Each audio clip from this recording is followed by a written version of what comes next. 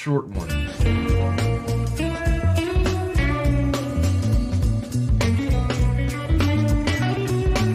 It's a cool jam, though.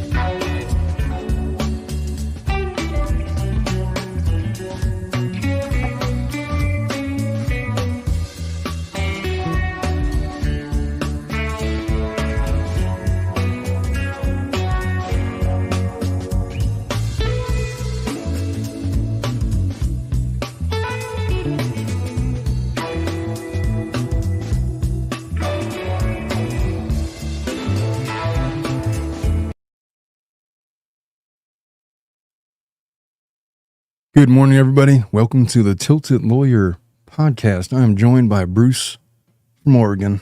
There's been a lot of big developments, and this is a follow-up from yesterday's invitation to David Gingras. Look, I was going to leave it alone. I tried to be as polite and professional as I could with that guy. I really did. I think I was overboard in how professional and kind I was to him and his perspective. And mostly, I mean, honestly, I could give a shit about him. To Laura, to help her get out of this circular reasoning hell that she finds herself in. I tried to suspend my disbelief in all the things I know. I just wanted to hear her side. It's not like he was going to change my opinion or anything. I just wanted to know some things.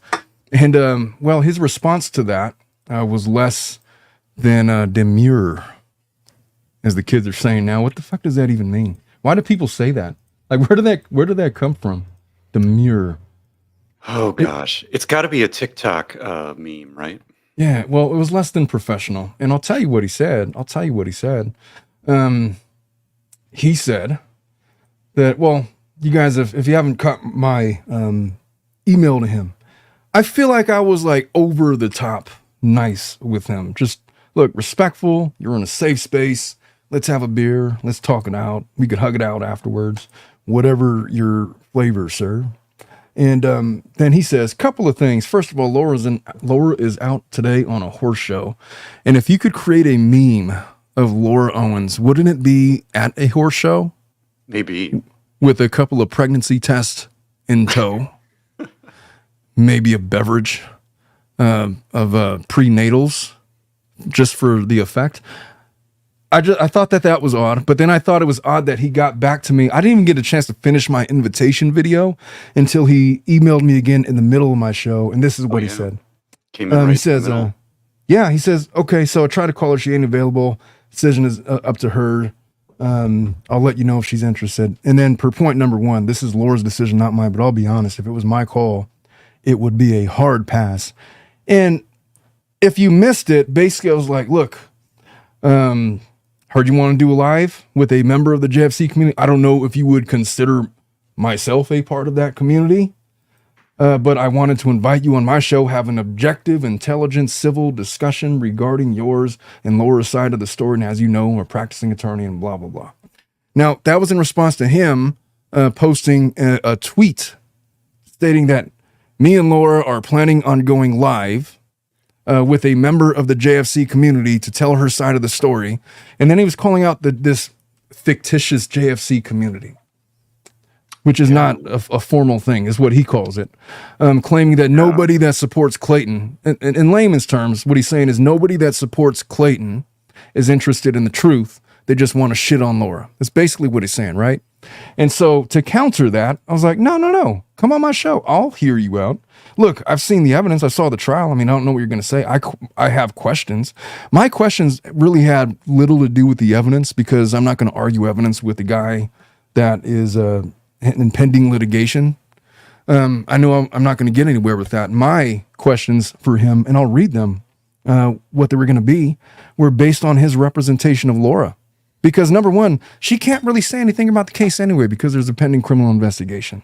And any attorney that puts her in the public stratosphere to specifically talk about an incident in which she's being criminally investigated, isn't that malpractice? Shouldn't it be? She's literally being investigated for perjury and wants to put her on a live stream. So it definitely seems ill-advised at the least. Yeah, well, I mean, just to root that out and to kind of help him out a little bit is, look, I'm fully aware of an ongoing criminal investigation. I pledge not to talk about topics related to perjury or any other matter that could be sensitive or detrimental to that case. given her Fifth Amendment rights. So I wasn't going to go there because I wasn't, it wasn't going to be a fruitful discussion. Then I said it, I'm not going to interrupt you, won't instigate. I'll give you all the questions in advance, but I reserve the right to ask spontaneous follow-up questions.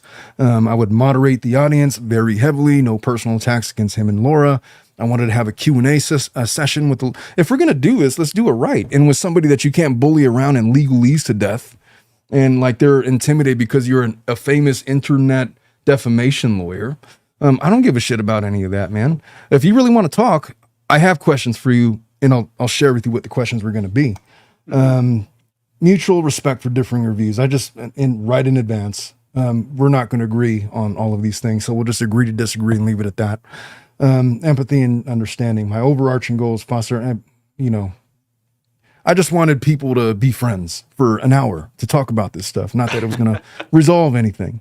I was going to let him pick a date and time. Look, I did not expect him to say, "Oh yeah, I'll be. How about Tuesday at 6?" That was never going to. I didn't expect that. What I expected from him is exactly what I got. I prefaced that I said, "Look, I've been critical of your legal strategies and Laura, but I also feel I've been objective and emotional, fair in my analysis. I just want the opportunity to speak in a civil setting, bring the two sides together for an intelligent conversation, because he said that debate brings light, or whatever he said, and is the key pathway to finding the truth." So I said, "Wonderful, let's do it." This was his response. He says, "No, fuck that. I'm not doing it. Hard pass." He says, "Not because I'm scared from the discussion, which the hell he ain't. There's no chance in hell he's going to talk." Here's what I know, man. I have made some highly critical videos of Gingras and his legal strategies, positing that I think that Laura Owens might be in danger by what this guy is doing. He's made it so much worse for her by some of the decisions that he's made. I think it hurt his feelings. I really do. He says that,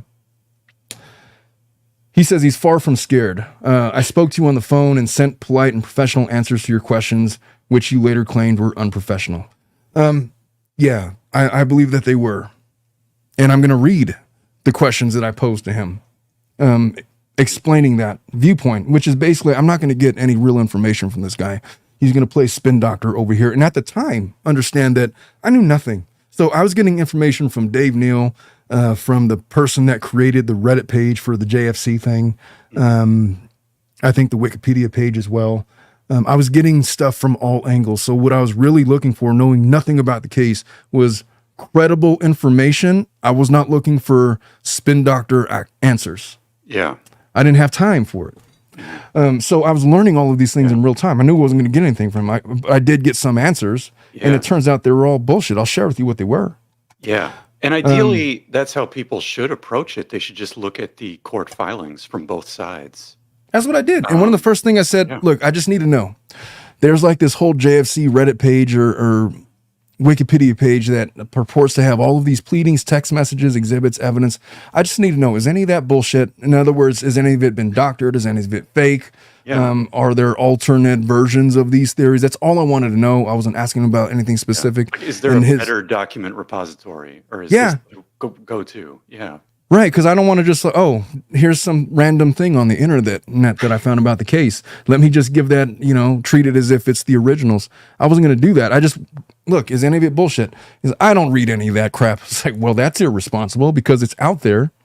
And you should be aware of it if you're not already, being that you're an internet defamation lawyer.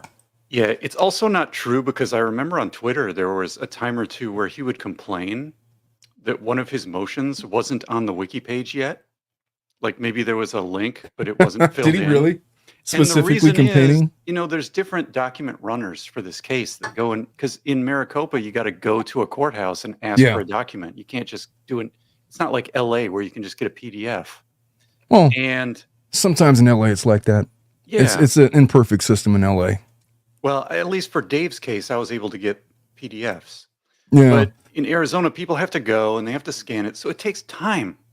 So he's like, "Oh, I filed my motion last night and it's not on their webpage yet." And it's like, look, people have lives. People are doing the best they can, but we will put all the documents on the page. So here's the thing, man. So he does know about it. He does check it. Oh, he does for sure. But this is his MO. This is what he does. Mm-hmm. 99% of the videos that I make have nothing to do with the Laura Owens case. Right. I really got sick of talking about it after the trial, honestly. I'll do it like here and there when there's like she's claiming to be autistic, which would have been one of my questions. So has she actually been diagnosed? What was the diagnosis process? Who diagnosed her? Which he wasn't going to give me any of those answers. But has she been formally diagnosed? Because there's a whole process. I couldn't get my daughter diagnosed for months, and it was critical because it was required to get her treatments that she needed to treat her symptoms and so forth. So I suspect it's bullshit, but to the extent that it wasn't, I was going to ask him about that. So he says, I haven't watched all that much of your coverage of the case, but then he goes on to say, but what I have seen has been shockingly dishonest, way, way, way across the line. I don't think that it was. I think of all the coverage out there, I was the least over the line out of everybody talking about it. I got people talking shit about me about not being hard enough on Owens and Gingras. I've really tried to maintain a level of empathy towards that lady because she might be sick, as far as I know. To me, it just comes across as empty rhetoric, because if you really thought someone said something that was wrong, like what I would do is I would go get a video timestamp and a video link, and I would quote the exact sentence that somebody said that I thought was a lie or just off base or just wrong. And then I would put my evidence about why it was wrong. And that is how I would litigate it. And nobody is doing that here. It's just sort of rhetoric. I wouldn't take that. Well, I'll get to that later. But yes, you're right. I wouldn't even go that far. Honestly, I would just litigate the damn thing. I'm a lawyer. What do you want me to do on this? Look, there's ethical rules specifically in every state, and I'm going to recite what they are in Arizona about not doing the kind of things that he's done.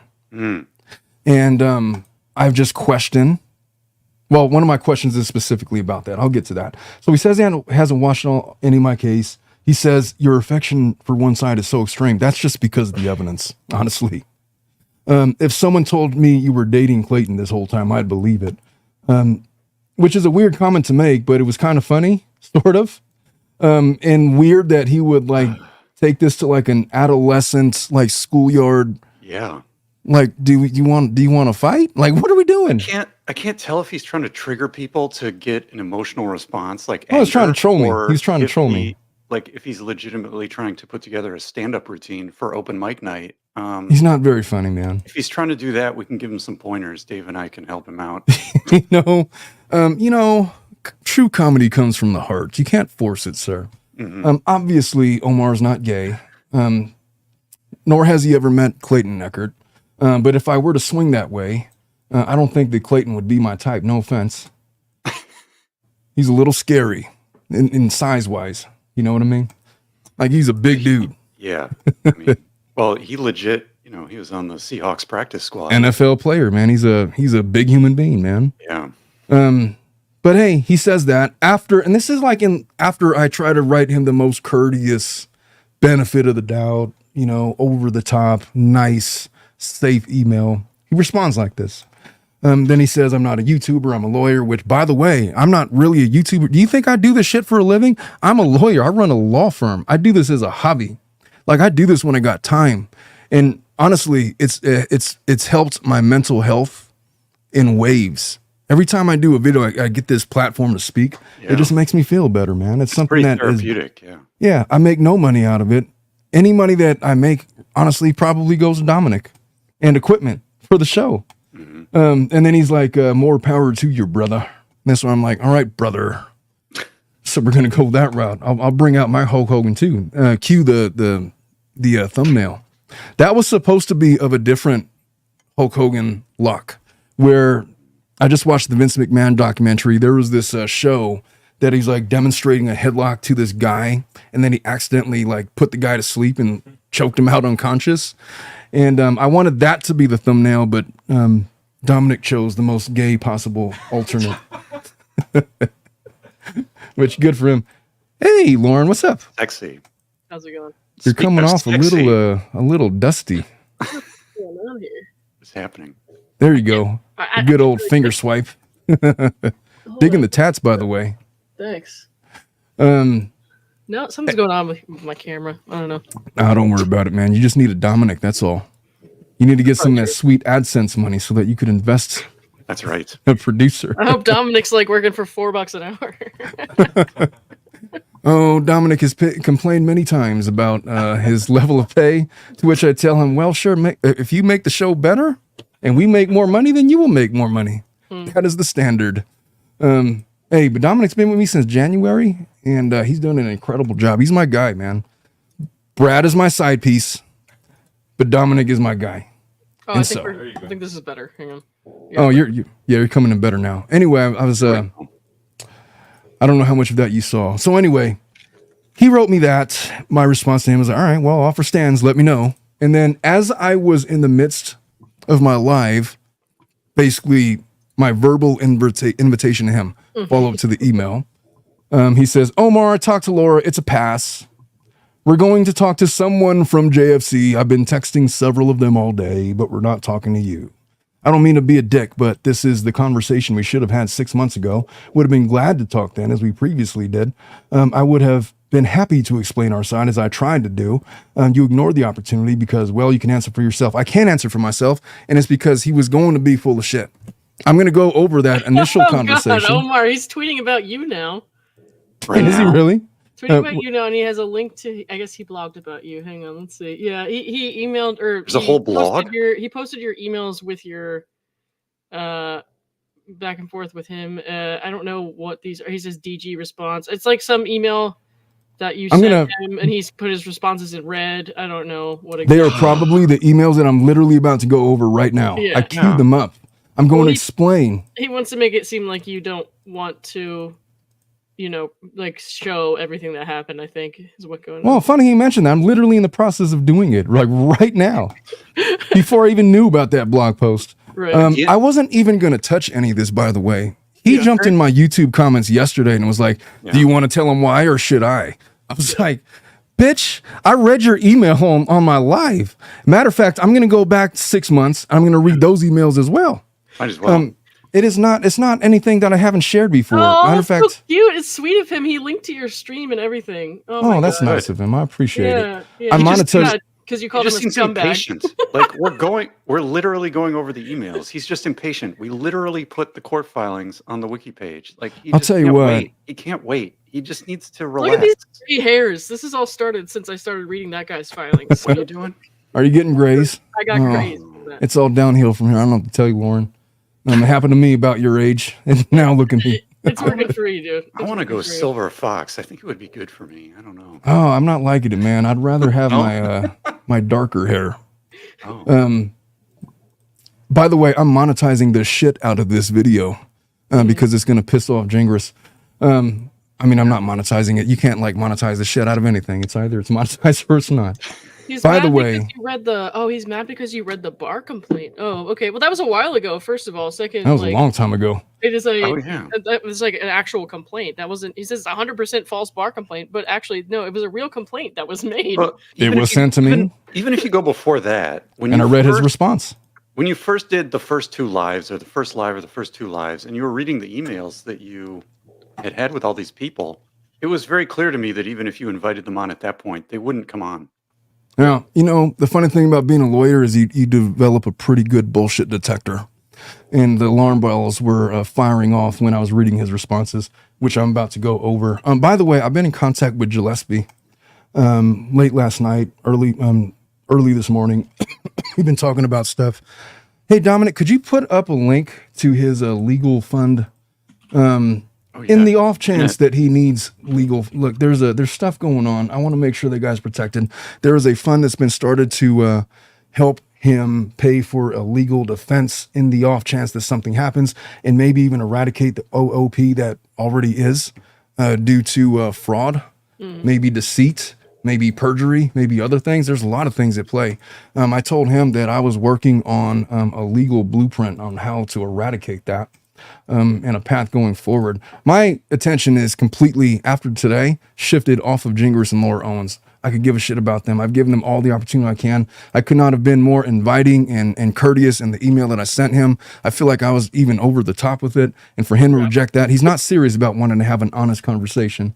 What he actually wants to do, I suspect, is he's trying to paint this, he's trying to create this fictitious JFC community as the reason why Owens didn't get a fair trial, because even the judge was colored by the commentary from the JFC community. They're not interested in the truth. It's like this rogue organization that is designed with pitchforks and I don't know, fires and all that kind of stuff to take Laura Owens down. And Exhibit A against that, if he considers me a part of that community, and I suspect his definition of that is anybody that opposes his views on the case. My Exhibit A would be the email that I sent to him where I was like, Mary Poppins, hey, come on my show. We'll all be nice. We'll have a beer or a glass of milk. And, nobody will say mean things to you or they'll be kicked out and all the other things that I've said. You read it on your show last night. I read it on mine earlier that morning. So anyway, here's his response. I don't mean to be a dick. This conversation should have happened. You ignore the opportunity because, well, you can ask for yourself. Well, and then my only response to that was, fair enough. Good luck. That was all I was going to say. I wasn't even going to respond. But then he jumped in my YouTube comments and was like trying to, I don't know, rattle my cage. And then I was like, oh, okay. So let's go to those initial talks that I had with him. So way back on May 24th, when I knew absolutely nothing about the case. You have to understand how I was viewing this. I didn't believe for a second that Laura Owens was the one that authored this email to me, but it came from her email address. I'm not going to share my screen because I haven't redacted anything, so I'm just going to read it. Well, it's nice that you give people that respect, even though they're not giving you the same. But okay. I don't give a shit. He could do whatever he wants. I fear nothing. Certainly not him. I fear things, just not him. I suspected that this was an email written by her attorney. I didn't know who Gingras was or if she was even represented, but it sounded like it came from an attorney. Said, my name is Laura Owens. I'm reaching out regarding the situation involving Clayton Eckert, as I am a woman who has the paternity case against him. I saw your interaction with Dave Neal on Twitter. I wanted to produce some clarity as what happened. So for, excuse me. Hey, if I have this cough, I know it's annoying. I'm trying my best to hit the mute every time I have to do it. My fisherman cough drops haven't come in yet, Pam.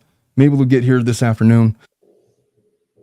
So for the last 9 months, Neal has been obsessively fixated on my personal life, creating a relentless smear campaign against me between his daily YouTube videos, twice daily podcast, daily Patreon live streams. He has produced hundreds, if not thousands of hours of content about me. His behavior has crossed well into harassment, and it's been flagged by the LA District Attorney as odd and vexing, which that's not really a thing. The DA's not going to officially flag anything as odd and vexing. So I was already suspicious of this email. And then she says, she or he, I don't know who wrote this, but it's under Laura Owens' email. Neal's followers have become disturbingly cult-like, echoing his every word and action. He's now encouraging them to mass email media outlets, including yours, with a narrative filled with distortions about my life. I'm reaching out to set the record straight. There's harassment claims. Neal's email falsely claims I have filed a lawsuit for harassment against him, which didn't she? And then wasn't it dismissed? Well, she dropped it. Yeah, she dropped it. So she filed it and then dismissed it. Yeah. So that was a lie. In reality, I've only sought an injunction against harassment due to his relentless invasive behavior, which is kind of the same thing. Not really, but sort of. The narrative suggests I've made identical allegations against 3 men. Turns out that that's true. The allegation seems to be with slight variations here and there, but on its merits, major bullet point for major bullet point, identical in the cases of Maricini and Gillespie. Is it Gillespie or Gillespie? Gillespie. Gillespie. And Clayton Eckert. That trio stands unified because the allegations were nearly identical. And then she gives an explanation, except for Clayton, all my relationships involve mutual acknowledgement of sexual intercourse. And I even dated 2 of these men for over 2 years and for a year. And the pregnancies, initially, Clayton acknowledged our intercourse, which was not consensual. She's accusing him of SA right here. And the resulting pregnancy, however, after I went public with the pregnancy details, he changed his story, claiming only oral sex occurred to discredit me. I didn't even know anything about the tightness emails, which is like exhibit A as to why she's full of shit. Why does he have to discover how tight you are if you all had intercourse? I don't Seems to remember him. me, I don't remember him changing his story I on don't either. the physical actions. I think, Yeah, in his mind, he probably went back and forth being confused about, could somebody be pregnant? my thought was initially Yeah. was that maybe he was like high and just doesn't remember it. Maybe, Yeah. or even if he wasn't, maybe he's just like questioning himself, like, am I just not remembering it correctly? Well, what actually happened? That happens sometimes when people make these false allegations. Is it possible that I'm just not remembering it? I think he might have had a moment like that. Well, Possible. I don't know. I mean, I've talked to a lot of people, and edibles don't make you lose your memory. I No, agree. just your mind. I don't know if you guys have ever, of course you haven't seen me when I've had an edible because I've never done that in front of you. But I'm not going to smoking say and that. edibles are I'm different, not different ball saying game. that's 100%. Like maybe, everything's an S curve. But everybody I've talked to is like, you really don't lose your memory when you take edibles. Look, I take repeat what I'm edibles. saying every 3 seconds. The worst thing that happens to me is I lose track of time. That's it. Oh my god, that's terrible. I hate Stare at that. the wall. This one time I made a bowl of mac and cheese when I was like, I had taken some gummies or something, and I was staring at the microwave for what somehow felt like forever and not very long at all at the same time. So I was like, wait, what? Oh, I know exactly what you mean. I hate that feeling like you're just sitting on the couch. Like I ordered a pizza, it's like I don't want to answer the door. It's safe here on the couch. I'm sitting right here. Hey, Cat Lady Ballerina, thank you so much for the 5. Says, go to the closest drugstore and get Delsum. That doesn't do shit for me. Delsum, it doesn't work. I could drink the whole bottle. It does nothing. It does nothing. I swear to God, I have this annoying, stupid dry cough every time around this time of year. I can't do anything about it. I'm counting on the fisherman cough drops. But before I get too sidetracked, anyway, I got this email from Owen. So she is writing all of this stuff. She gives me a link to a pregnancy test. There was from a Dropbox folder. Is this even still up? It was basically a deposition of Eckert acknowledging that there was a pregnancy test or something like that. I mean, sure. An abortion request. Clayton expresses his desire for me to have an abortion, which contradicts his later claims that we never had intercourse. And then she told me not to share anything about the deposition, so I kept quiet about it. But I watched the deposition. Oh my gosh, that's a false dichotomy. You don't have to have intercourse to get pregnant. She said, literally in her deposition, she gave him oral sex and then he finished it in her mouth, and she went into the bathroom and swallowed it later. You could go do. What? You could go What do do you the. mean? It's like I'm serious. warm milk or something. Like, that's Could nasty. go- I mean, who knows? Later might be 30 seconds later or 10 seconds later. I don't know. But, you could go to the bathroom and do the turkey baster maneuver and then be pregnant. You could have sex with some other human and then be pregnant. So it's a false dichotomy to claim that if he thought for a moment that you might actually be pregnant, that means he had intercourse with you. There are other options. And there was the whole thing about the pregnancy test where he witnessed for himself, and that's a false. That is a positive test, and so I assume he had all of these questions. Like, how in the hell, was it the turkey baster? Was it some? So it doesn't bother me that he had questions about it. Mm-hmm. Yeah, that's how things work. As you go through a process and uncover new evidence or learn. So this is what immediately let me know it was probably Gingras who wrote this. Additionally, I noticed you posted my photo on your community page on YouTube, which I do not appreciate because the photo was copyrighted by the photographer. I was like, get the fuck out of here. Who are you talking to right now? You mean the one that I found on Google? Like that's literally like out there for everybody to see and use? I do not. It was the one of her where she's in like the red sweater sitting on a desk or something. Yeah, tried to copyright me and Tug and Dave for. Yeah. The red sweater. She says, I also don't have a Wikipedia page. The Justice for Clayton created a wiki, which is the definition of targeted harassment and bullying. And no, it isn't. The information you posted is extremely inaccurate and misleading. You're welcome to search my name on the rule. Okay, so whatever. My attorney, this is what she says. So this is what set me off. My attorney, David Gingras, specializes in internet law and defamation. He is actively preparing to initiate legal actions against Dave Neal and any collaborators spreading these harmful narratives, which is why I said from the very beginning, this is like a low-level shakedown. They're trying to like scare me to not talking about this case. Well, guess what I'm about to do? I'm going to get knee deep into this shit, man. I'm going to talk about all of it. I'm going to go through all of the evidence and see where it lands. Then she says, we're committed to defending my rights. You know what that means? That's like a cease and desist letter, or the precursor to a cease and desist letter, which is don't say mean things about me, about this case. And then she says, I appreciate your consideration and time. She gave me her phone number. She says the whole thing's been incredibly overwhelming and traumatic. I might have bought that narrative, but for the last 2 paragraphs. And then this is my response to her. Look, Laura, I just want you to know, I don't know anything about these cases. And in the event I do cover it, my promise to you is that I will be completely objective. I have no interest in spreading lies or distorting truth. I'm very sensitive to what you're going through, as I have represented dozens of women in your position, which is 100% true. I'm certain that you would not accept the invitation as you're currently in litigation and currently going through it, but would you be open to possibly coming on the show, address some of these things you talked about, and tell your side of the story? I offered this back on May 21st for her to come and do exactly what Gingras said he wanted to do from the beginning, which he claimed, look, we could have done this 6 months ago. It's like, bitch, I offered you the invitation 6 months ago. There it is. But did you get a response from that invitation? For this initial one? Yeah. So this is what she says. Omar, thanks for getting back to me so quickly. I really appreciate your response. And it's what I would expect from a reputable attorney like yourself, which is, again, that's not Laura. That's 100% Gingras writing this. At this point, I'm not interested in doing any interviews that might further fan the flames of distortion by the Justice for Clayton cults. They seem determined to twist any fact I presented in a fiction, which is extremely frustrating and upsetting. So right off the bat, I'm like, okay, these guys are not really serious. But I still gave them the benefit of the doubt. I was like, all right. So then I wrote her some questions. Hey, Laura, I have some questions in light of the order that came out today. I forgot which order it was. I just asked her, there are links out there floating around purporting to be timelines of events dating back to 2014. You mentioned the Justice for Clay movement. How much of what is contained in the following links bullshit? So I sent her like 10 other questions. Well, 5 other questions. Among them was, I reviewed the orders from Maricopa County that were released yesterday morning. In one of the orders, it was revealed that you changed both your name and the name of the facility where you had your sonogram during pregnancy, which the order referred to as alleged. I understand that you claimed the sonogram took place at Planned Parenthood in Mission Viejo, not at Southwest Medical Imaging. The latter was added to the record to prevent the respondent from contacting the medical professionals who allegedly performed the sonogram and harassing them.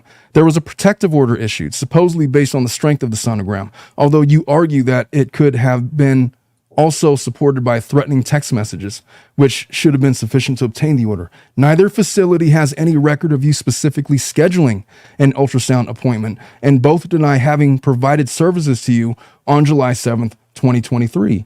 I am aware that you arranged for the sonogram anonymously, but may I ask why? Do you possess any evidence that contradicts the statements of the facilities claiming they never conducted an ultrasound for you? Is it okay to speak on the phone this afternoon? That was what I said. That was on May 23rd. And again, I had no knowledge of anything. It's like I'm just trying to get the facts, right? Oh, we were so young and naive back then. I know. Approximately, when would that have been? About an hour later. Not even an hour later. I sent that at 11:53. At 12:27 the same day, I get an email from David Gingras. Omar, hey. He said it just like that. Hey. I'm the attorney for Laura Owens in the paternity case versus Clayton Eckert. Laura forwarded your message below and asked me to speak with you, as I may be in a better position to answer some technical questions. I'm around right now. If you're interested in talking, just call my cell. He gives me his number. Otherwise, I'm happy to answer questions via email. And so I said, hey, David, I won't be able to talk until about 6. So I'm sending these questions to you in case you wanted to respond through that email. You can call me. And you know what? I will share this portion. No, I can't. It's not redacted. I'm sending these questions to you in case you wanted to respond through email. You can call me on my personal cell anytime after 6. These are the questions. I sent Laura 1 through 5, and I've added a few more. Doing a podcast tomorrow morning on this, and I'm ultimately just looking for the truth. Same question. I sent her my questions, and then I added, has it ever been established the specific date that she miscarried? Is the alleged Fiverr ultrasound the only ultrasound in existence purporting to be of an actual pregnancy?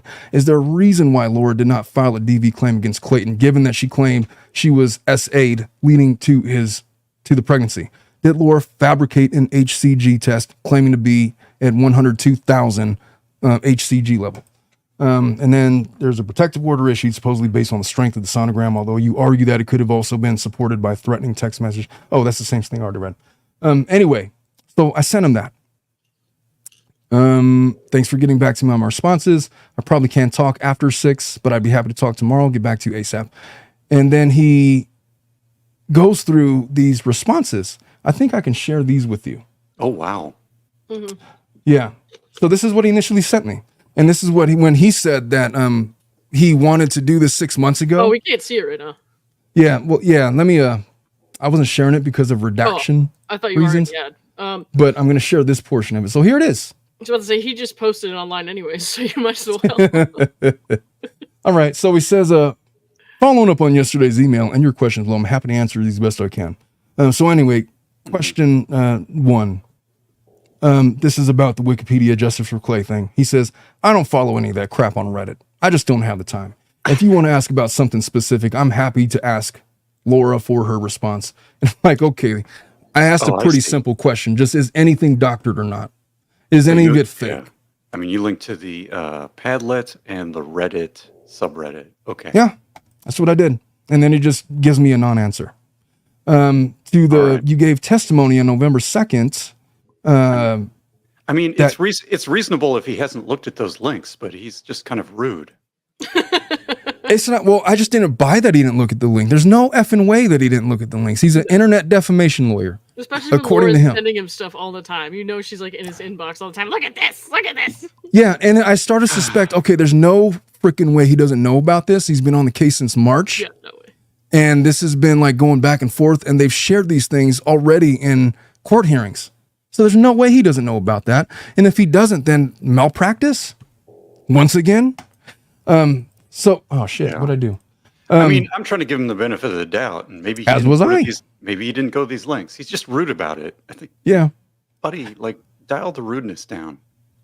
He's just really condescending and douchebaggery, if that's a How word. else are you supposed to respond when presented with a valid question? It's just when he's backed into a quarter and it's something that he's going to have to talk about that's negative to his case. He claims that he just, I don't know about anything. Oh, shucks. What could I say? To question number 2, you gave testimony on November 2nd that you had taken a pregnancy test in front of Clayton. Forgive my lack of knowledge. Is Clayton still contesting the validity of the pregnancy? Yes, Clayton is 100% contesting the validity of the pregnancy, despite Laura having taken more than a half dozen tests, all positive, including tests peeing on stuff. God. at an urgent care facility, a test that included a blood draw, nearly impossible to fake, and a test that Laura took directly in front of Clayton while he was watching. Clayton dismisses all this evidence, I guess just because he thinks Laura faked everything. He doesn't dismiss that you can get a positive HCG test. He argues that a positive HCG test is merely an indicator of pregnancy, not clinical proof of pregnancy. That's all. And that was what was argued at trial. I hate this conflation between HCG testing and clinical pregnancy determination. They are not the same thing.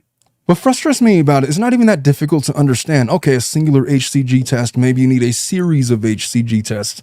Maybe that's not on what the the same experts day, said. but yeah. Yeah, I mean, right.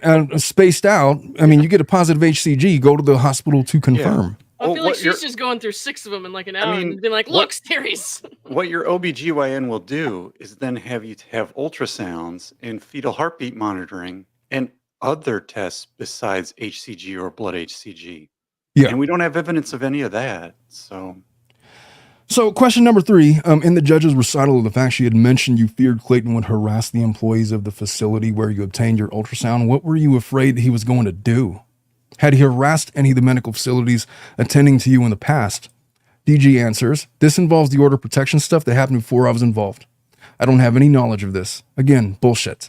Because Laura Owens says, Clayton had sent harassing text messages to me and had threatened to get in contact with Michael Maricini, my abusive ex. See attached police report. That was the response. Which is like already a contradiction. Your client I don't know, man. It was just this unwillingness to be forthcoming that just let me know that I'm not going to get anywhere with this guy. So what are we doing?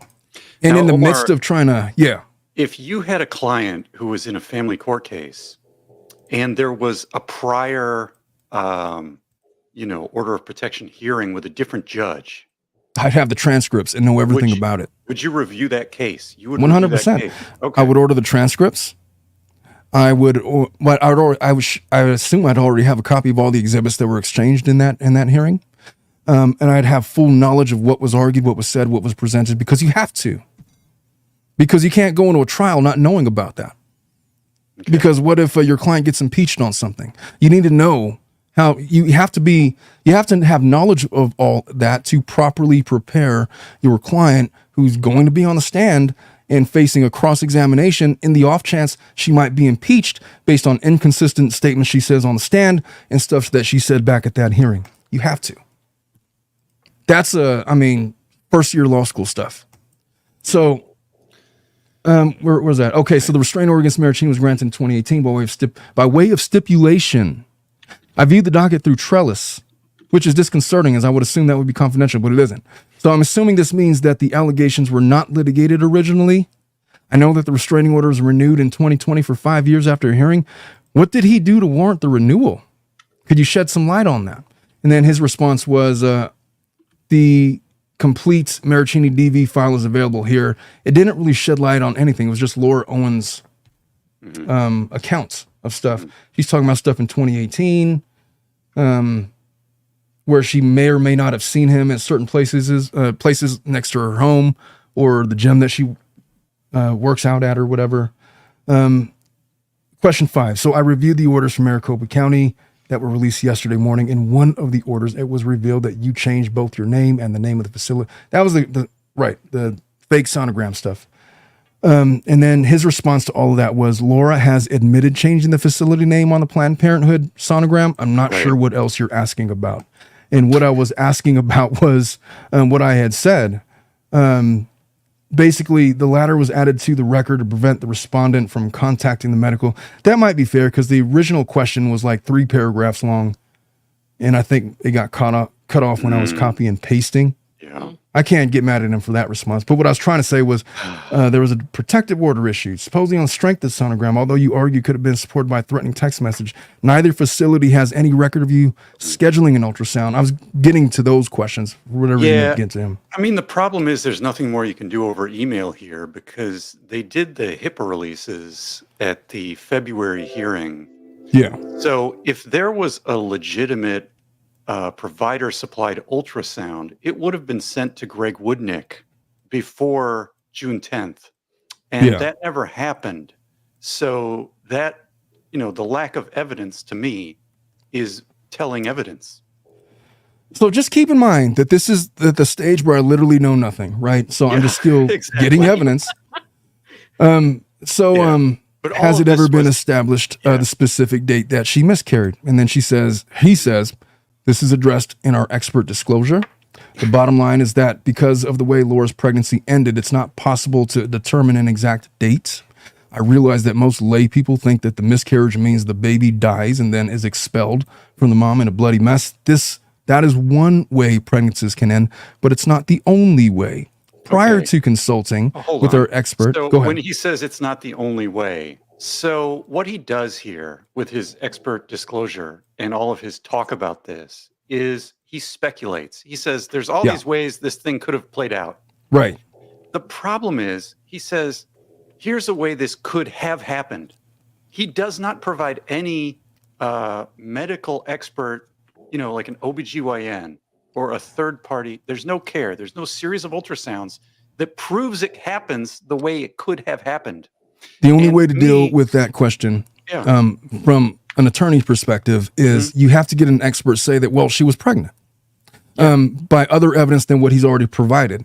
And we know about the miscarriage because she was treated for a miscarriage, or she went to a facility to the miscarriage, or she was diagnosed with the miscarriage. It can't be, possibly it could be a miscarriage, which is what his expert basically said.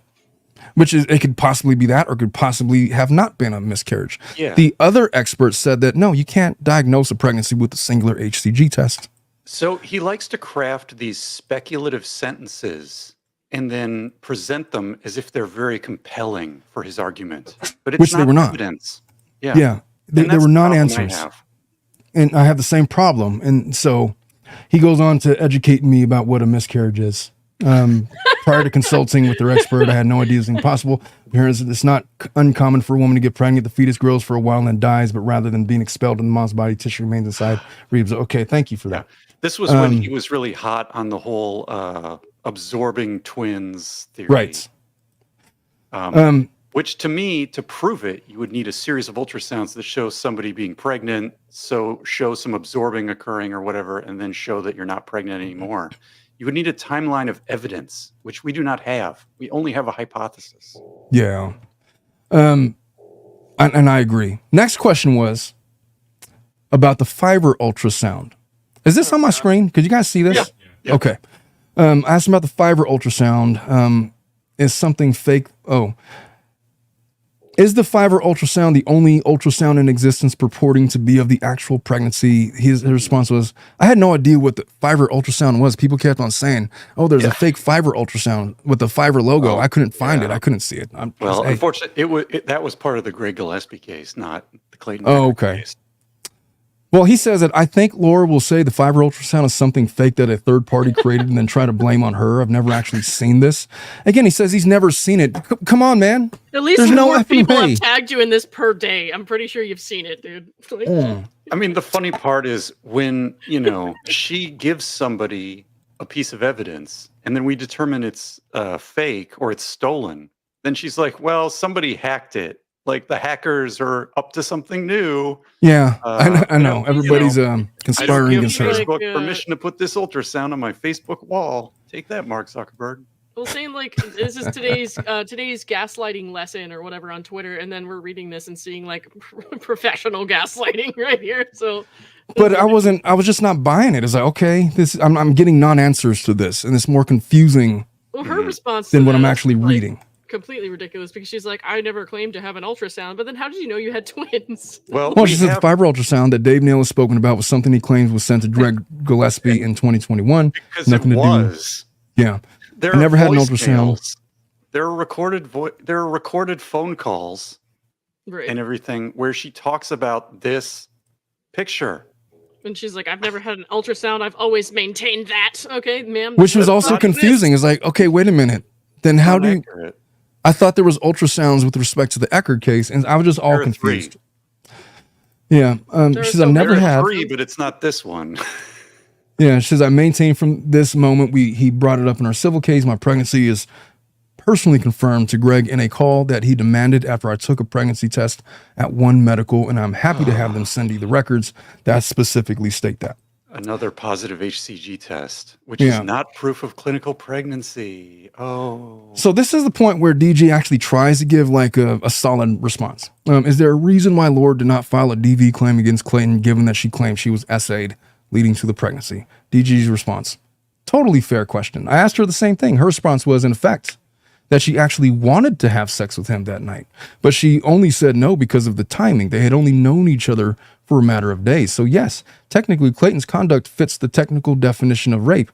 No, it doesn't. I find that curious, given that he is now, at least privately, accusing Clayton of rape and saying that the county attorney should prosecute Clayton of that to multiple people, because multiple people have sent me that. So he's now saying that again.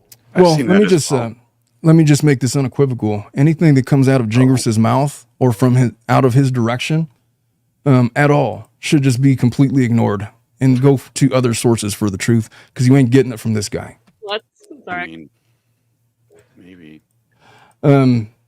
TPHGHM, what is this? Thank you for the 5, just to piss off Gingras. Yeah, I'm monetizing the shit out of this video. Hey, did we got the link to donate to Gillespie's legal fund? Yeah, it's been in the comments. Okay, good. Yeah. Where did I leave off? Okay, so did Laura fabricate an HCG test claiming to be 102,000?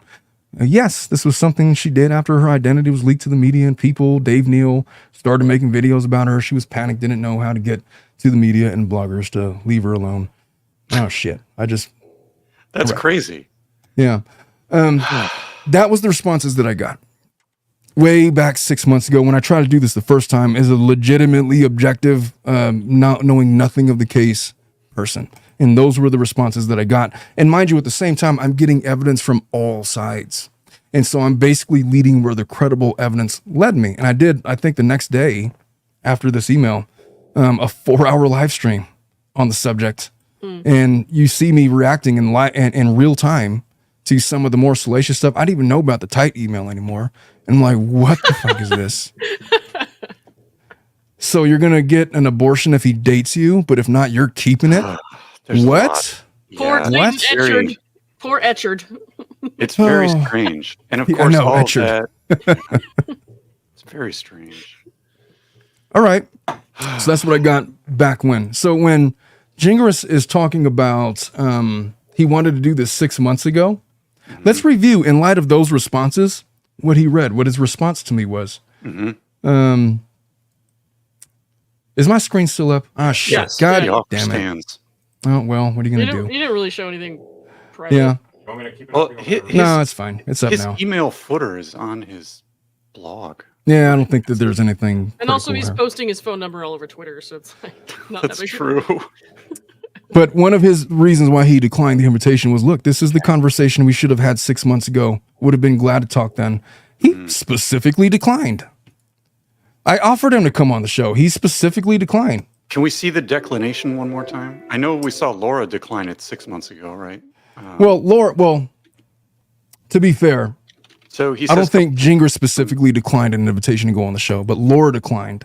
And I wrote him these questions, well, and these when were he- his responses. Hold on. When he was this 6 months ago or no? This was What I just read, yeah. This is new. So can we go back to where you were? He was answering your original questions. yeah, is that up on the screen? Yeah. Okay. Well, I'm going to have to unshare the screen because I don't have to. Like, what did he say at the end? Let me. Where's my StreamYard tab? Here it is. Okay, let me unshare my screen real quick, and then I will share it again. Just for the sake of, not doing anything offhand. Okay, so let me get back into this here. Oh, I guess I could have shared it. Doing this again. Present. Hey, Schnitzel. Hey. What you doing? She's supposed to join us for Flat. She's got a hard stop at 3 p.m. her time. Well, I have an hour from right now. I got like 10 more minutes stops because I got to work. Okay, so I'm gonna try to go through this as much as I can. We're taking down the what happened to Schnitzel? She got lost like I did. I don't know. Well, let me get this back up. So once again, I've screwed this up. Oh boy. All right, here we go. So the end of his responses was well, that was it. It was just an talking about- answer to yeah. 9. Okay. Omar, thanks for going to get you some. Oh no, that was I got to go down further. Can't talk. And Right. yeah, that was it. He just Right. answered, and then that was the end. So there was and then no I have follow up to attachments. this. Yeah, there's no follow up to this. So he didn't ask. He didn't take you up on your offer. He didn't ask to come back on. No, There no, was nothing this like sort that. of thing like, oh, maybe we could have a call, but it didn't line up. Yeah, what I suspect happened was after I did my live, he's like, okay, well, Omar's out. Okay. He's not gonna be our guy. And so I mean, I'm not seeing anything here that's like you keeping them from talking to you 6 months ago. no, I was like, hey, here's all my questions. I wrote them down. You could respond in writing. I'm not going to talk to you on the phone. Look, just here, you submit your written responses. And I didn't That's the expect thing, they would. though, like with these people or people like happened? this. I was saying that's the thing with people like this. No matter how nice you are, no matter how professional you are, they're going to turn it into something it's not meant to be. Which is pretty much what happened. And so that was what happened with our initial exchange. And his response to that was this, I guess, this platform that I had suggested, where my 9 parameters, everybody will be safe. I'm not going to talk over you. I'm going to try to understand your position. Understand the case has already been litigated, so we already know everything about the case. We're going to get anything new. I'll tell you what my questions were going to be. And it's like, no, you're a dick. We could have done this 6 months ago. You're a YouTuber. I'm a lawyer. It's like, no, bitch. I'm a lawyer and a YouTuber, and you are something. You're something. Really Anyway. big pussy. He's a really Yes. big pussy. I'm going to let you all say it, man. You guys say it. Contrary to popular belief, I actually don't like really huge pussies, so he's not my favorite.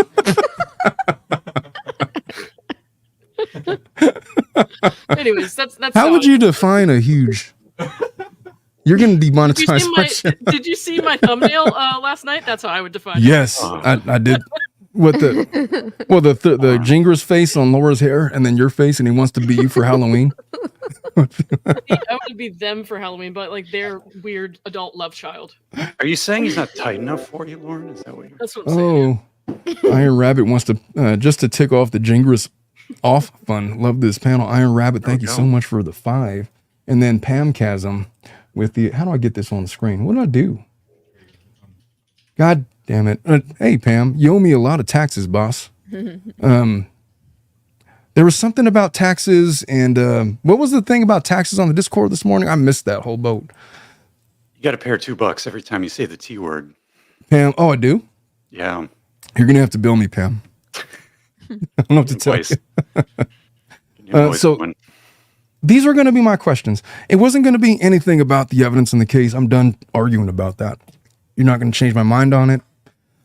My questions were really going to be this. And by the way, bullshit that Laura Owens is going to go on a stream. There's no effing way that's happening. One of my first questions was going to be, you know what? Let me share my screen with you all so we can read along together. I thought this would have been the conversation to have. It was mostly going to be about his handling of the case. So let me I think I got to share a window. This.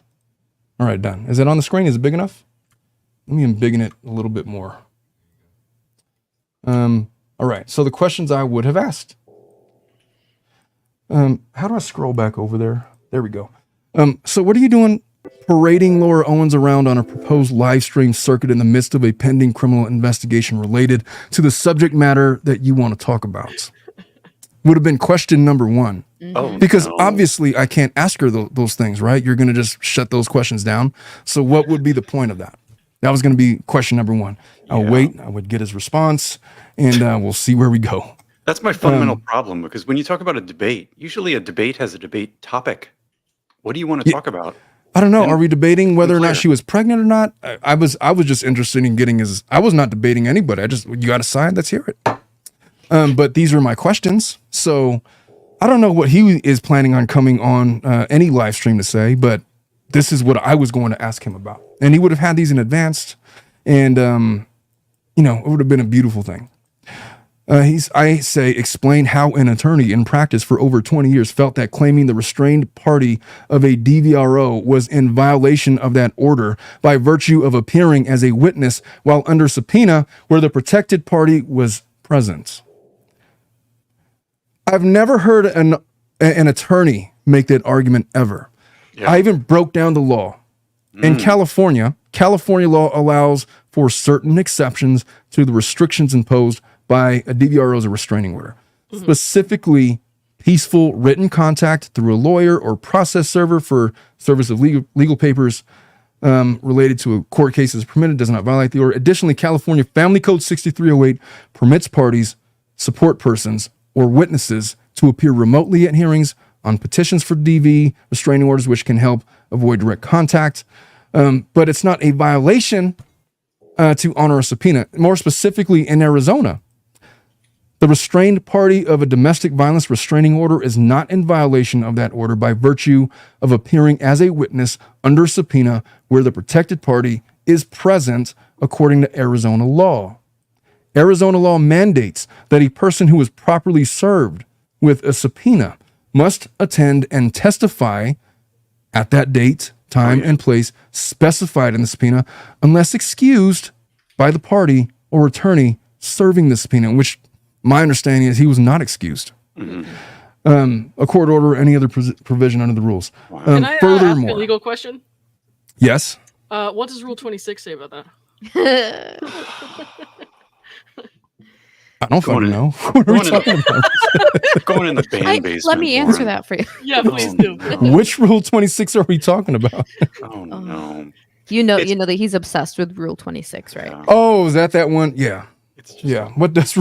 I was like, what are we... A federal Rule 26? What? What? I'm like going back to my law school days. Lauren's working on her stand-up routine. It's interesting the Arizona rule is more strongly worded than the California. Well, California's more laid back, man, and I could tell you in good confidence that their California rules of court allow for testimony and for subpoena witnesses, even in the face of restraining orders. I just had a hearing a couple weeks ago in which a restraining order was a thing, and the parties were there together on the courtroom. There's bailiffs there. There's cameras. Nothing's going to happen. They didn't require a Zoom call or anything. No, it's not required. Matter of fact, you cannot, for the most part, testify via Zoom. For obvious reasons. Number one, it violates the accused right to confront witnesses. That would be one constitutional right. You have no idea if there's anybody there in the room, like giving them like a monitor to read from, like a teleprompt. There's just all kinds of problems with this remote testimony. Generally in trials, like 99.9% of the time, unless it's impossible, you're not testifying via Zoom in California. It's just not happening. This goes on to say, furthermore, the Arizona Constitution and relevant statutes do not provide a victim with a constitutional right to refuse to obey a court order to appear and testify in a deposition or trial, even if the protected party is present and then there's a case on the matter. Therefore, the restrained party must comply with the subpoena and appear as a witness, as failure to do so could result in a legal consequences such as contempt of court. So not only is it not a violation of the restraining order, but he's breaking the law by not appearing in Arizona. Right. And then Laura also had the right to, I can't remember what it's called, I'm sure you'll know, to ask the witnesses to not be in the room, and she waived that right. No, yes, she has the absolute right. If she's really that scared, she could have asked the judge and told the bailiff that, could I just not be in the room? Or could I have like special, accommodations because of this situation? And the judge more than likely would have granted it, even if it was bullshit, just to, all right, we'll get over it then. You want to waive your presence in the courtroom while he's testifying, then fine. Then, or waive them, Gillespie and Maricini being in the courtroom. She could have requested them to be outside the courtroom. Oh, yeah. As a matter of fact, if they were on the witness list, they couldn't have been there anyway. If they were actually going to testify, they can't be there because it might color their testimony. Usually the courts will say like, all right, is there any witnesses in the gallery? If so, then fuck off to the next room. Right. Sorry, I'm just imagining someone saying it like that. I mean, I'm paraphrasing, of course. The third question I was going to ask him, well, I wanted him to explain to me his reasoning. Like, come on, you know that this is the law. You've been practicing longer than I. What gives? What were you trying to do? Question 3, given the ethical duties of attorneys, that attorneys have to protect their clients, explain your public approach, sparring with JFC cult members, in quotes, in YouTube and X comments, posting blogs, naming private folks in public legal proceedings in an attempt to generalize an entire community that does not formally exist. Do you believe that you have placed Laura in harm's way? Isn't it true that prior to your involvement with the case, the public appetite for this case was limited to a few Bachelor fans?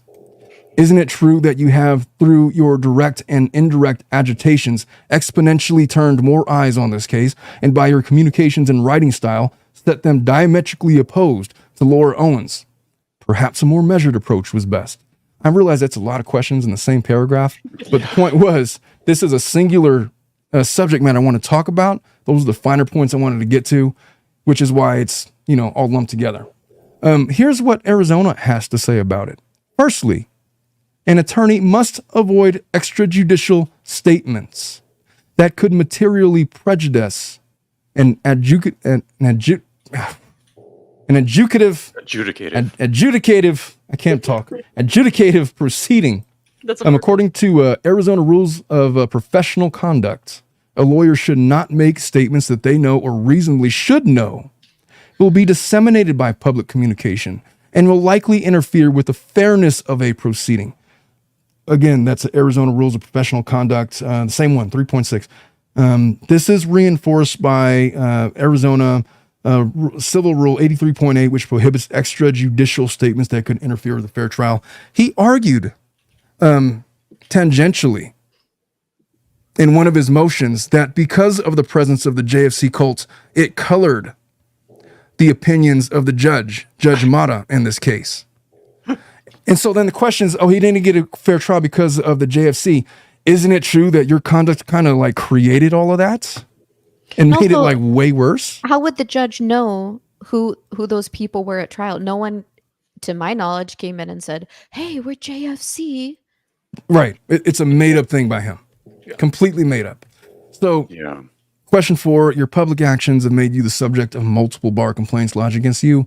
Further, you claim in pleadings that the JFC community has fostered an environment whereby your client has been unequivocally prejudiced. Isn't it true that whatever prejudice exists has been grossly exacerbated through your actions? And then the last was, look, you continue to denigrate the trial, claiming judgment was made in the face of evidence supporting your side. There were 2 experts in the case, and both had equal opportunity to state their expert opinions. According to the judge, she was not impressed by your expert's method of analysis and gave more weight to the other side. You offered no exhibits supporting your client's claims. You merely called an expert and offered his opinions of a singular HCG test, while the other side explained that that wasn't sufficient. You put the judge in a position where, in the absence of a smoking gun, like a valid ultrasound or some other test that was not an HCG test, she had to evaluate the credibility of competing experts, one of which was retired and the other who was actively practicing. Explain your reasoning. What evidence exists that would have led a reasonable judge to rule in your favor? Why wasn't it presented at trial? That would have been question 5, and I suspect that would have taken an hour, hour and a half, maybe 2. Oh my God! I mean, So well, even there more. were multiple HCG tests, but instead of I don't know if you meant singular in terms of just the concept. Yeah, in terms of the concept, I know there was multiple. But there would have had to have been a series of tests over specific dates to verify a pregnancy. And plus, if you go to the hospital, they would have done like what do they call it? Like a pap smear? They just stick a wand right up there. They got a little camera on it. Well, it's and not they a pap confirm. smear, but That's it's called a vaginal TB. ultrasound. Yes, ma'am. I misspoke. What's going on here? Pap smear. Who's doing It what is with not the a- camera? Well, they put your legs in the thing, and then they probe you and stuff. Is that and- what happened at your last OBGYN We- appointment? Yes, it did. We are not letting Omar near any of the medical equipment. That's rule number 1. Oh boy. Oh, boy. Anyway, No, but exactly. In early pregnancy, that's how they detect the fetus, the heartbeat. yeah, They don't do a regular, an outside. It's they get it on camera. Called what, a transvaginal ultrasound? Yeah, TB. exactly. Yeah. So those were my questions. That's what I would have asked him. He didn't want to participate. Now, look, I only did that how do I stop sharing? Okay. So I did that, calling his bluff from the X post. He wants to debate. He wants an open dialogue. He wants a meeting of the minds. He wants 2 competing versions of the story instead of some one-sided thing, and that supposedly people that supported Clayton Eckert are only interested in one side of it. I directly challenged that. I was like, no, Yeah. come on in. Also, I don't get it because everybody I've watched, on YouTube, they're all reading all of the court filings. They're reading all of the online blogs, including his and Yeah. Laura's blogs. To me, that's both sides, because if you were a YouTuber and you only made videos about Greg Woodnick's filings and ignored every single thing, I guess you could call that taking a side or presenting only one side. But guess what? You would only make half the YouTube revenue if you did that. Maybe Well, less. True. I So mean, no one would do that. If it was really about money, nobody would only pick a side. You have to cover both sides because that's the most content. I just want to caution people on this, man. Gingras is up to something. Yeah. I don't know who he claims from the JFC community he's been texting. I have no idea. I would really like to tell that person, do not. My advice to anybody approached by Gingras to do this kind of thing, if it's on his platform, don't go. It's not going to be a fair fight. He's not going to listen to you. He's not there to have a dialogue. He's there to bully you. I offered him about as fair of a platform as you could possibly offer. And we were equal in terms of I'm lawyer, you're a lawyer. We both That's why he understand doesn't want to law. talk with you. Yeah. And he just said, no, you were mean to me 6 months ago. You didn't take me serious then. I read his entire responses. I've gone through that whole exercise. You could see in real time through all the videos I've done on this case. There's a playlist on my channel. In real time, my reactions to some of the evidence as I'm reading it, as I'm learning of it, I'm like, holy shit. Yes, This is and like- like you said, you were getting shit from people who I don't want to say the JFC community because you said it. I mean, it's true. It's not like an official thing. But anyway, from people who have been read through everything and whatnot, and then hoping like, oh my God, please see, please see what we see because we feel we see the truth. Anyway, so but like you're saying, you didn't have any judgments going into it. You were reading it in real time and coming to your own conclusions based on what you saw. I can tell you that I have been in contact with Gillespie this morning, late last night.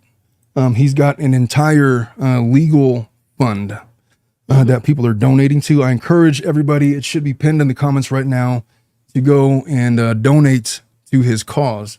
Because at this point, I've made my conclusions.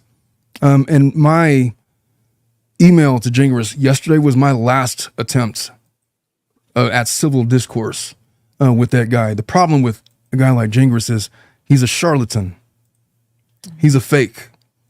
He's a phony. I think that he is a danger to the general public insofar as he might represent you in a case. What he has done with Laura Owens' case, it was bad to begin with, but he is taking it to a whole nother level where she might have her entire life ruined by this guy's actions, by his malpractice, his mishandling of the case, his inability to stay off social media and conduct himself as a professional lawyer. I offered him the most professional platform where, look, I'm not part of anything. I run a law firm. You want to tell your side? I got questions. We could talk like lawyers. But then he was like, if you want to debate, or I think in his Twitter is like he wants to debate somebody. He's like, if you want to debate, we could debate. Or if you just want to have like a conceptual conversation about strategy, we could do that too. I did want to talk to him about Laura's autism because that wouldn't have been out of bounds. That's not part of the perjury.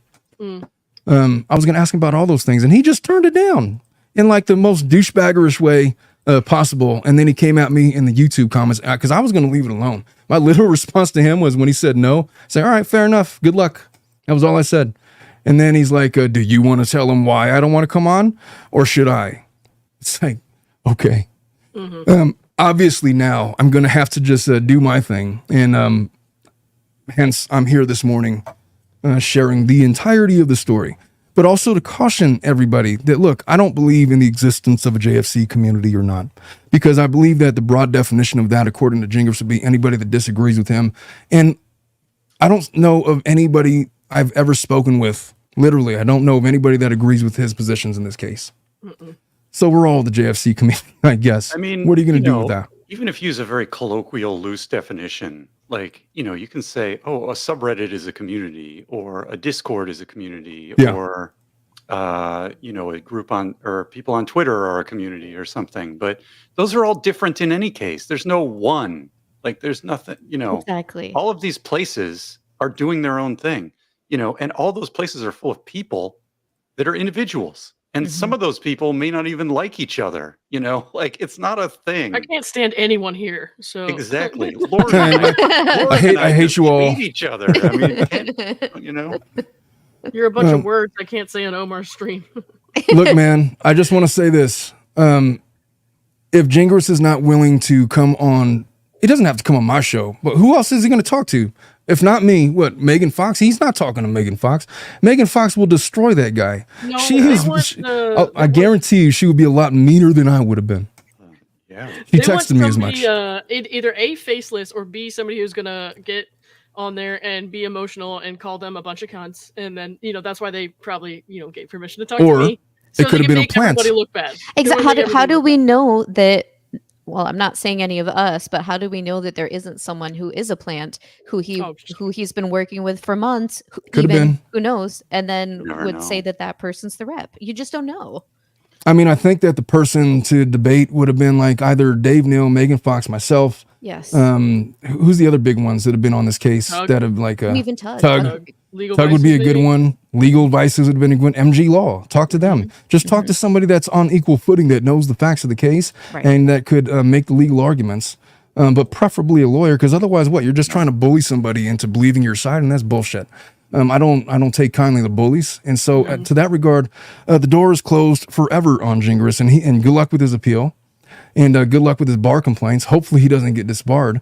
But I really think, I say this in all sincerity. I think that he's dangerous to the general public. I don't know what his deal is with Laura Owens. I don't know what they've hired him to do. I don't know what they're trying to do. Are they trying to like stir up dissension to try to gain public favor with the DA's office because of the criminal investigation? It's not going to help their appeal. I don't understand that angle of it. So what are we really trying to do? If it's not any of those things, it's not a legitimate legal purpose, and really it's just to feed his ego, or I don't know, maybe he's in love with Laura Owens. What about that? What about like the only reason why? I don't think so. I really don't think so. I just don't. Oh, well, I've heard. We can speculate all day about what they would do in a live stream, Yeah, or it's why pointless. he's doing what he's doing. I don't know. I'm interested in evidence and the facts of the case. I don't know. So I don't know what he can add. And I feel like all the evidence and facts are out there. There's nothing more to add. There's literally not. They testified as much in trial. So that's why my questions would not have been geared towards the evidence. The evidence is already out there. Yeah. The questions are not about the evidence. The questions are about the lack of evidence. Lack of evidence and his handling of the case. Why is he doing why are you the way that you are? What are we doing with this? Yeah. Why are you being a lawyer and a PR firm at the same time? Doesn't make sense. Yeah, his writing style. His writing style. Honestly, his response to me was as if an 8th grader wrote it. Mm. It was like this adolescent, vitriolic, amateurish response. Yeah. And so look, I can't do any better than what I've done. If he's mad at me for being mean to him in the past and making mean videos about criticizing his legal strategies, I can't help him there because I call it like I see it. And he's talking about someone else here not having thick skin. Yeah. I think he needs to take a look in the mirror. Yeah. He's got the thinnest skin of it all. I don't know if I'd go as far as 8th grade. I mean, he didn't say he banged your mom after winning a COD match. So maybe like 6th grade. How about junior college? How about that? Yeah. But people are still saying bang your mom in junior college too. So I mean, I still say stuff like that now. So she says stuff about my dad. Yeah. My dad's sending dick pics and all, and I had to tell my dad to back off. I don't remember, Jesus. I don't remember that happening. But well, you shared it with me.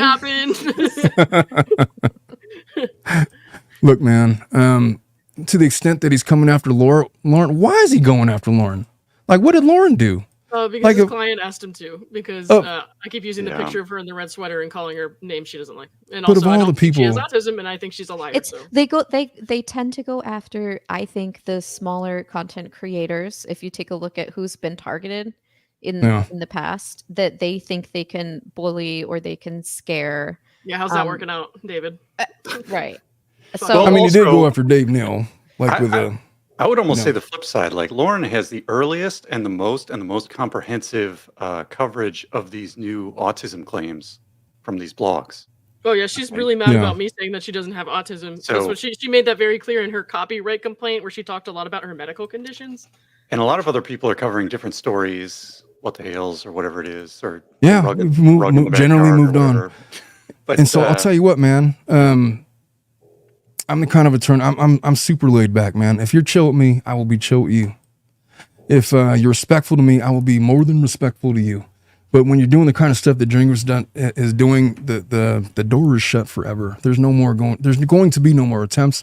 I will not engage with him any further. I'm done listening to his side. I gave him a chance. He didn't want to take me up on it. So he could have whatever reasons he want. I have in 4K examined all of his prior responses. If he thinks I'm hiding anything, I did the same thing yesterday, and I even went further than that today. So it's all out there. I have nothing to hide. I got a lot of questions about that guy, about his sanity, about his ability to practice law, about his writing style. Look, I'm not going to take personal shots at the guy, but the door is shut. I'm just going to, as a general warning to everybody out there that he might be in contact with, do not go on his show. It's not going to be what you think it's going to be. No, it's a setup in some way, shape, or form to make everybody else look bad, basically. Yeah, just watch and wait. Yeah, just watch and wait, and the people that need to do things will do things. I'll say what I said to Dave in one of the comments this morning when he was saying he could have him on the show and give the proceeds to, and I think he was joking, to Planned Parenthood or something, one of Laura's favorite charities. And I was just like, no, I think I would rather, and I'm sure I've used this before, but throw myself off of a moving escalator and then have it drag my body back up to the top, just so I can use the rest of my life to throw myself off again. Then have that man on my stream. That's extreme. Yeah. I was willing to go. Look, I knew the dangers. I also wasn't afraid of it. It's like, okay, you're not going to shake me down, buddy. It's like, so look, you're not going to, I wasn't going to let him deflect, like in real time, just to have him there and just not give him that opportunity, just give me bullshit answers. I just wanted to get to the bottom of it. So look, I've tried twice now. There will not be a third. So that's it. That's it for Gingras. Beware of him. Well, just be careful. If he's in contact with you, if he's talking to you, do not. He has an agenda. Watch Yes. and wait. He certainly has an agenda. I suspect it's because he's trying to curry up this idea that JFC cult is a thing. Exhibit A would be my email to him from yesterday. And how it is, whatever he thinks it is not that, because he had this opportunity. And look, there's plenty of content out there. So that's it, man. That is it for the Gingras train. I'm done with him. I'm finished with him. I gave him a chance. He didn't want the smoke. He's scared. He's a coward. He didn't want to come on. I gave him the platform he specifically requested. He didn't want it. He wants somebody that he can control, somebody that he thinks he's smarter than, somebody that he could legally to death, somebody that he could bully. Certainly wasn't going to be any of the major players that have been covering this case. So that's that. What about Bruce? How come he's not come after Bruce? Hey, What we did still I got do? time for that. Come I on. didn't do anything. Not yet. I'm just saying. Actually, I just yesterday I made a 90-minute video on my channel going through his tweets and Oh, I got to check that out, man. reacting to them Mary Lincoln style. So Oh no. in conclusion, I think Mary Lincoln's is more entertaining than going through David Gingras' tweets. Sorry, buddy, you got to step it up. It's sad that he blocked her.